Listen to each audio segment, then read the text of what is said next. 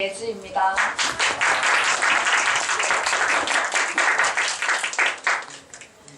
네, 저는 2012년에 세계은행 총재로 발탁이 되신 저희 한국 분이시죠. 김용 총재에 대해서 오늘 발표를 하려고 합니다.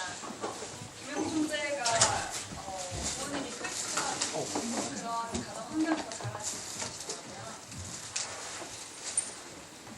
네, 지난 12년 4월 김용 총재께서 세계은행 총재로 선임된 과정이 굉장히 화제가 됐었어요. 왜냐하면 이분은 경제 전문가가 아니시고 하버드대에서 의학 박사로 공부하시고 인류학 박사를 하신 분이에요. 그래서 굉장히 특이한 이력을 갖고 계시기 때문에 처음에 굉장히 많은 우려가 있었다고 해요. 경제 전문가가 아닌데 세계은행에서 잘 할 수 있을까라는 우려가 있었다고 하는데 이분이 이때까지 쌓아온 그런 업적들과 이분의 성품을 토대로 이제 많은 지지를 얻고 결국에는 총재가 되셨습니다. 그래서 구체적으로 어떤 일들을 하셨는지 조금 같이 보면 좋을 것 같아요. 하버드에서 이렇게 의학 박사, 인류학 박사까지 하시고 나서 87년에 같은 의학대학 교수 다른 분과 함께 파트너스 인 헬스라는 비영리 사회기구를 조직을 하셨어요. 이거는 이제 제3세계에서 질병, 에이즈나 결핵 같은 것들을 퇴치를 하기 위해서 의료봉사단체 같은 개념이더라고요. 그래서 오랫동안 이걸 조직하셔서 실제로 그런 곳에 가셔서 일을 많이 하신 분이세요. 그래서 구체적으로는 2001년에 굉장히 큰 업적을 남기셨는데 이때 다국적 제약회사와 그리고 그 WTO 산하에 있는 지적 그 제3기구가 있잖아요.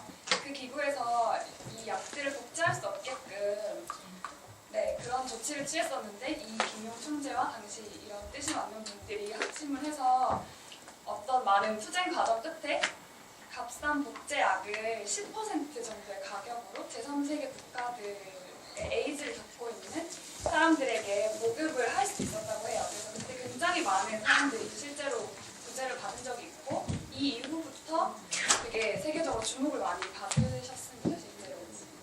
그리고 2004년에는 세계보건기구에서 에이즈 퇴치 부서 국장으로 발탁이 되셔서 3년 동안 무려 300만 명의 에이즈 환자를 치료를 하는 그런 성과를 내시고 계속해서 자신의 그런 봉사와 헌신을 바탕으로 한 업적들을 쌓아가십니다. 그래서 이 이후로 굉장히 많은 주목을 받으시고 2006년에는 타임지가 선정한 가장 영향력 있는 100인에 드실 정도로 굉장히 그냥 훌륭하신 일들을 많이 하셨더라고요. 그리고 2012년에는 세계은행 총재까지 오르시게 됩니다. 그런 김용 총재가 하는 얘기가 있어요. 오늘의 나를 만든 가치는 아버지의 실용성과 어머니의 헌신하는 삶에 대한 강조였다. 크리스찬 집안에서 자라면서 굉장히 헌신하고 봉사하는 삶에 대한 이야기들을 많이 들으면서 자라셨다고 해요. 특히나 어머니께서 굉장히, 아버지는 조금 일찍 돌아가셨고 어머니께서 아직도 되게 많은 활동을 하신 학자세요. 전옥숙 여사라고 기독교 신앙을 가지고 계신 분이라서 미국에 가셔서 이분도 미국에 있는 유니언 대학에서 기독교 신학 석사 과정을 하시고 계속해서 동양 철학까지 공부를 하셨어요. 주자학 쪽으로 전공을 하셔서 박사 학위를 하신 분이세요. 그래서 기독교 신앙과 동양 철학을 접목을 해서 굉장히 오랫동안 학자 생활을 하고 계신 분인데 이 어머니의 교육 철학이 굉장히 배울 점이 많은 것 같더라고요. 굉장히 그러니까 자녀와 부모는 서로 배우면서 서로 기르는 것이다. 부모가 일방적으로 아이들에게 뭘 가르쳐주고 조언을 하는 그런 관계가 아니라 그런 것이다. 그래서 자신이 딱히 어떻게 해라 이런 식의 그런 특별한 공부 방법이나 이런 것들을 얘기하라고 하면 나는 할 말이 없다.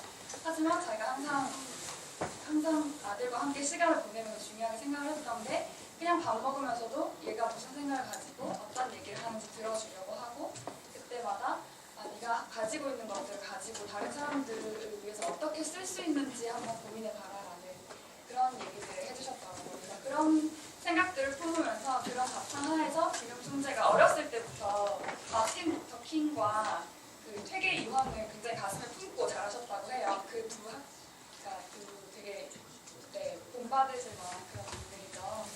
그러면서 자기는 커서 커서 뭔가 세계의 이런 질병을 퇴치하는 일들, 그리고 조금 더 사람들이 살기 좋은 정의로운 사회를 만드는 데 조금만 기여를 하고 싶다라는 그런 확고한 가치관을 바탕으로 이런 많은 업적들을 쌓으셨던 것 같아요. 그래서 굉장히 겉으로 봤을 때는 세계은행 총재, 화려한 것 같지만 그 화려한 게 그냥 스펙 좋고 뭐 이러신 분 아니야? 라고 할 수 있지만 정말 속을 들여다보니까 진심으로 이렇게 헌신하는 그런 가치를 아시는 분인 것 같더라고요. 그래서 많은 이점을 받으시기도 했고, 그래서 제가 이제 이분을 조사하면서 느꼈던 게 당연히 이분과 같은 삶을 살 수는 없죠. 다른 분이니까 굉장히 훌륭하신 분이고 뛰어나신 분이셨고, 그렇지만 그냥 중요했던 건 이분이 삶에서 내가 가진 그 재능들을 가지고, 그리고 부모님으로부터 받아왔던 그 기독교적인 베이스를 가지고 어떻게 그걸 이웃들을 위해서 봉사하고 헌신하면서 살 수 있을까, 그런 것들을 한번 고민하는 그런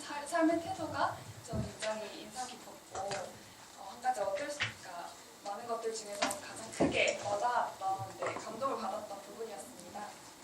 네, 이상으로 제 발표를 마치도록 하겠습니다.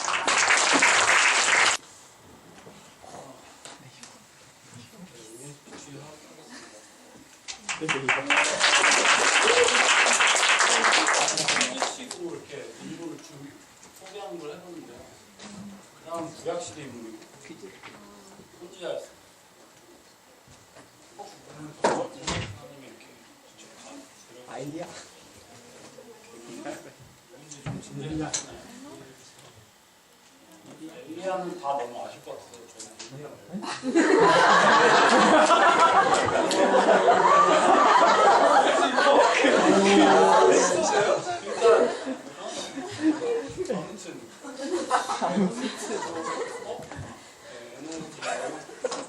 에녹은 성경에서 세 군데에서 이렇게 언급하고 있는데요.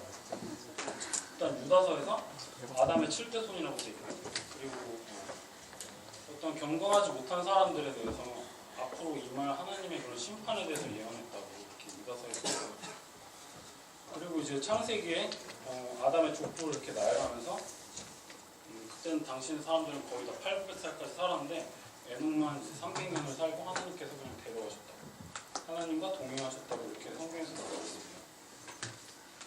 그리고 이제 히브리서 11장에서도 믿음의 선주들을 쭉 나열하면서 에녹도 함께 언급되는데요. 거기서도 에녹은 죽음을 보지 않았다고 기록되어 있습니다.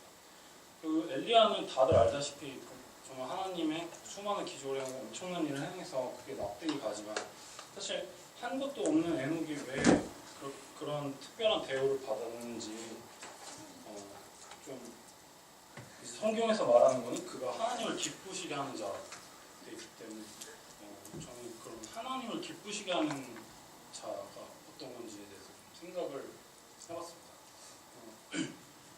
저는 하나님을 인격적으로 만난 다음에 누구보다도 좀 하나님을 더 기쁘게 하고 싶고, 내가 좀 하나님 앞에서 좀 한 번 사는 인생을 좀 특별하게 살고 싶다는 생각을 많이 했었습니다.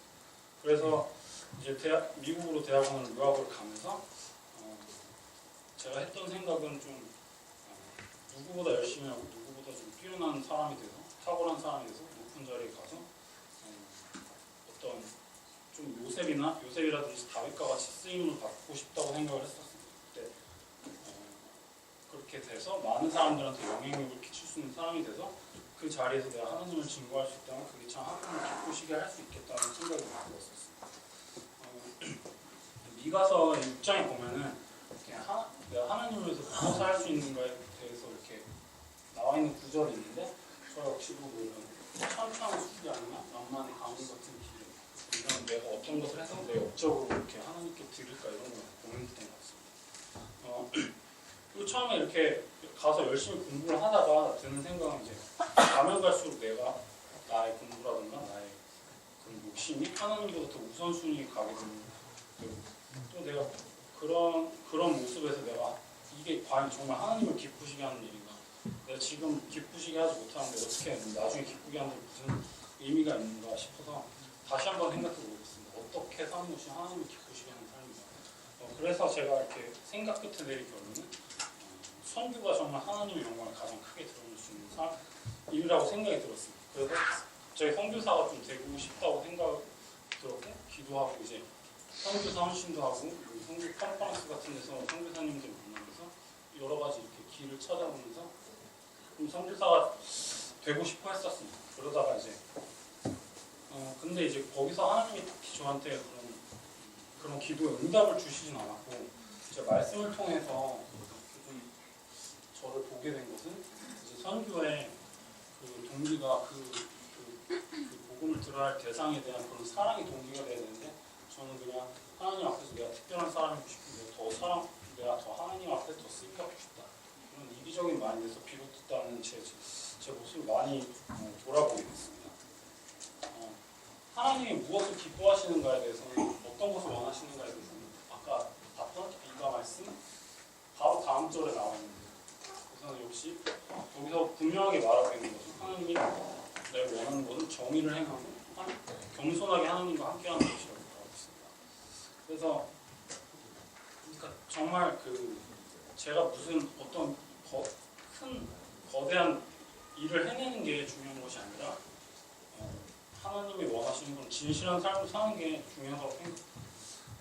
중요하다는 걸 좀 깨닫게 됐고 그리고 에녹이 그런 사람이었기 때문에 저는 좀 에녹과 같은 삶을 살고 싶어서 이렇게 에녹을 오늘 스피치 주제로 골라봤습니다.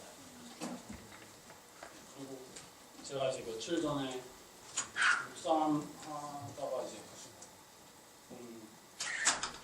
그 부분인데요. 그냥 되게 감명 깊었던 부분이었는데 오늘 제가 말하는 거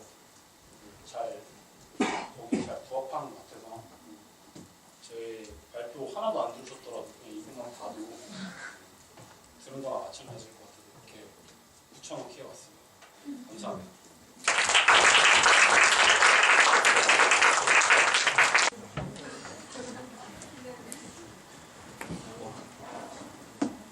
안녕하십니까. 발표하는 이호진입니다. 제가 여러분들에게 이 인물을 맞추신 분께 작은 선물을 하도록 하겠습니다. 첫 번째 힌트가 나온 것 같습니다. 제일 빨리 손을 들어주시니까 시끄러우니까 소리는 말고 손 먼저 들어주세요. 첫 번째.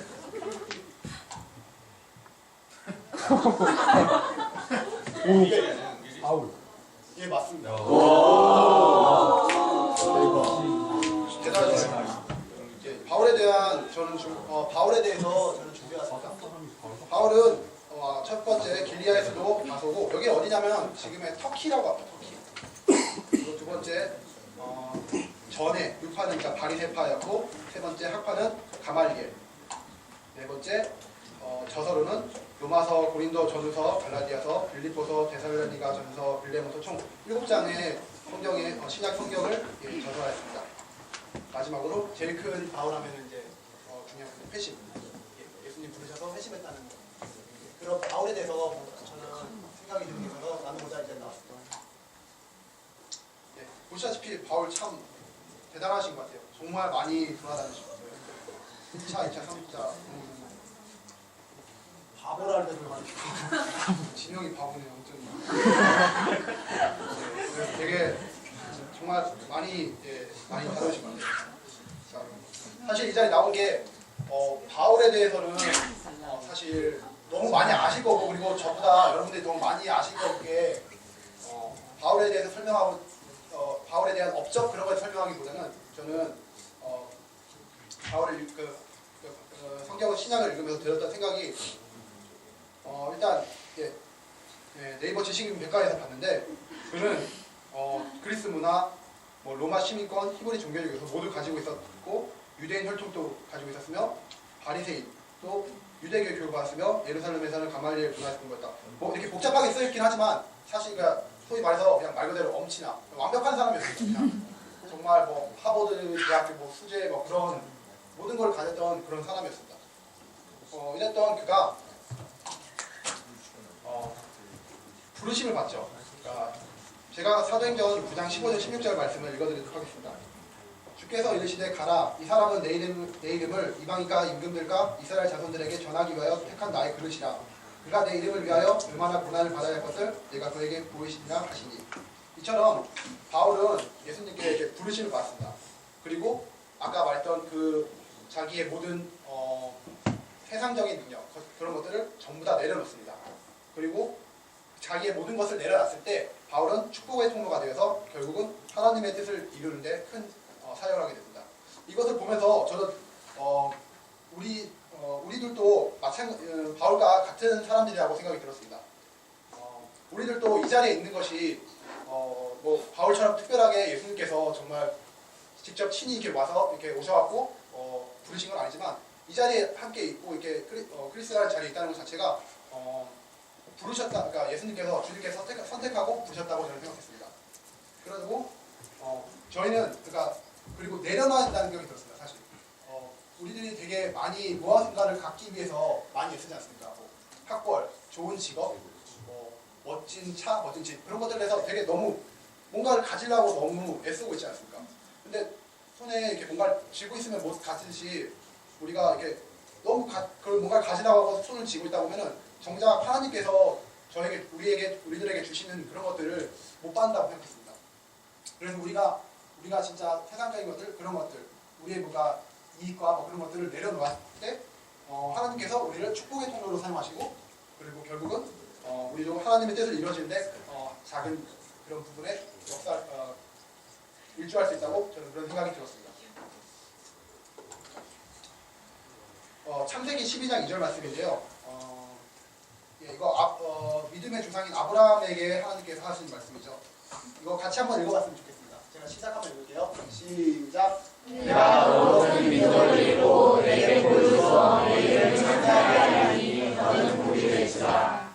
예, 저도 이처럼 우리 크리스가 복의 근원이 됐으면 좋겠어요.